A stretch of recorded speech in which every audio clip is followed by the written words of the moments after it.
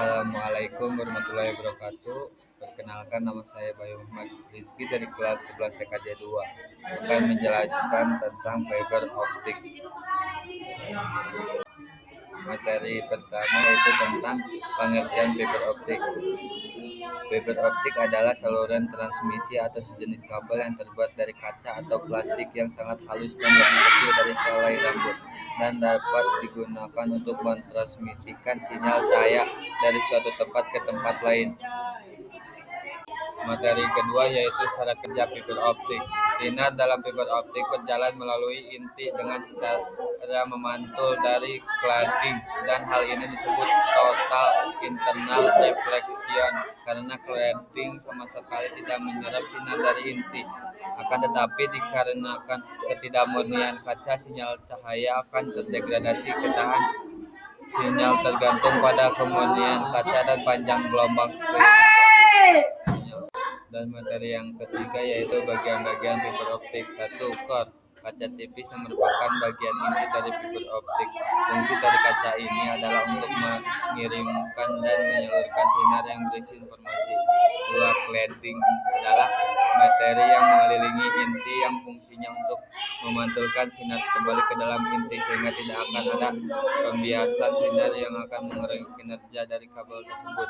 3. Buffer coating adalah plastik pelapis yang melindungi fiber dari kerusakan, atau dengan kata lain lapisan ini merupakan pembungkus yang melindungi kabel dari segala bentukan fisik dan kemungkinan adanya kerusakan luar.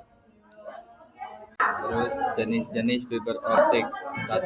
Multimode step index. Pada jenis multimode step index ini, diameter core lebih besar dari diameter cladding. Dampak dari besarnya diameter core menyebabkan rugi-rugi dispersi waktu transmitnya besar. Penambahan prosentase bahan silica pada waktu pembuatan tidak terlalu berpengaruh dalam menekan rugi-rugi dispersi waktu transmit. Multimode step index mempunyai karakter sebagai berikut. Indeks bias core konstan, ukuran core besar 50 mm dan dilapisi cladding yang sangat tipis. Penyambungan kabel lebih mudah karena memiliki core yang besar. Sering terjadi dispersi, hanya digunakan untuk jarak pendek dan transmisi data bit rate rendah.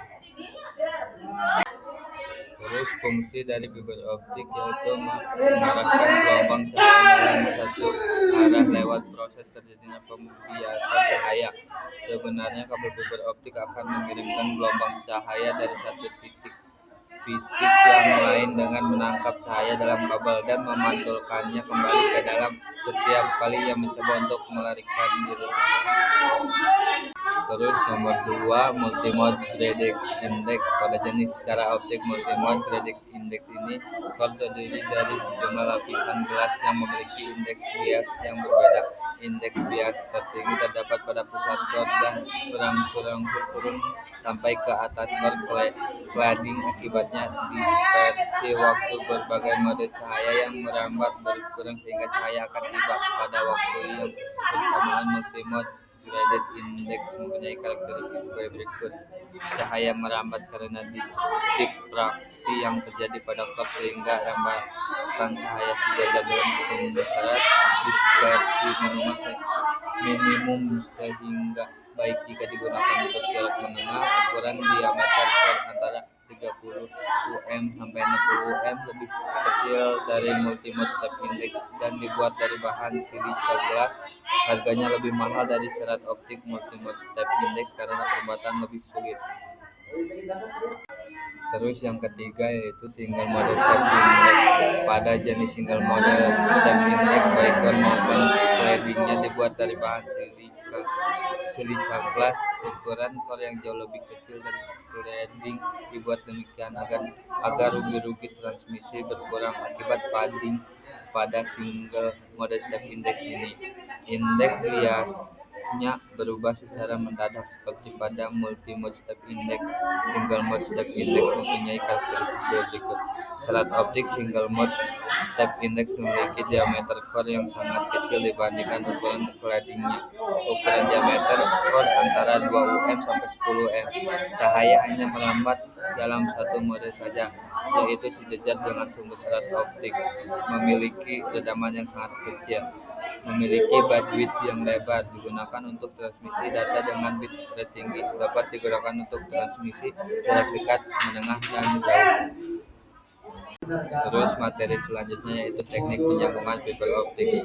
Teknik penyambungan serat optik dengan serat optik ada dua, yaitu penyambungan permanen yang disebut splice, penyambungan sambungan teknik lebur fusion bersifat permanen, artinya tidak dapat dibongkar pasang. Redaman yang dihasilkan menghasilkan redaman paling kecil di antara teknik sambung lain. Terus ada penyambungan tak permanen dengan menggunakan konektor. Penyambungan serat optik menggunakan konektor bersifat tidak permanen, artinya dapat dibongkar pasang. Konektor biasanya digunakan untuk kontak dengan terminal perangkat aktif. Dan materi selanjutnya adalah kelebihan dan kekurangan fiber optik. Itu kelebihannya yaitu satu, dapat menyalurkan informasi dengan kecepatan sangat tinggi. Dua, tahan temperatur tinggi. Tiga, aman dari bahaya listrik. Terus kekurangannya yaitu satu, kurang tahan terhadap tekanan mekanis dibandingkan kabel tembaga. Dua, relatif sulit saat instalasi. Tiga, perlu proteksi mata untuk teknisi yang memasangnya. Cukup sekian materi fiber optik dari saya. Wassalamualaikum warahmatullahi wabarakatuh.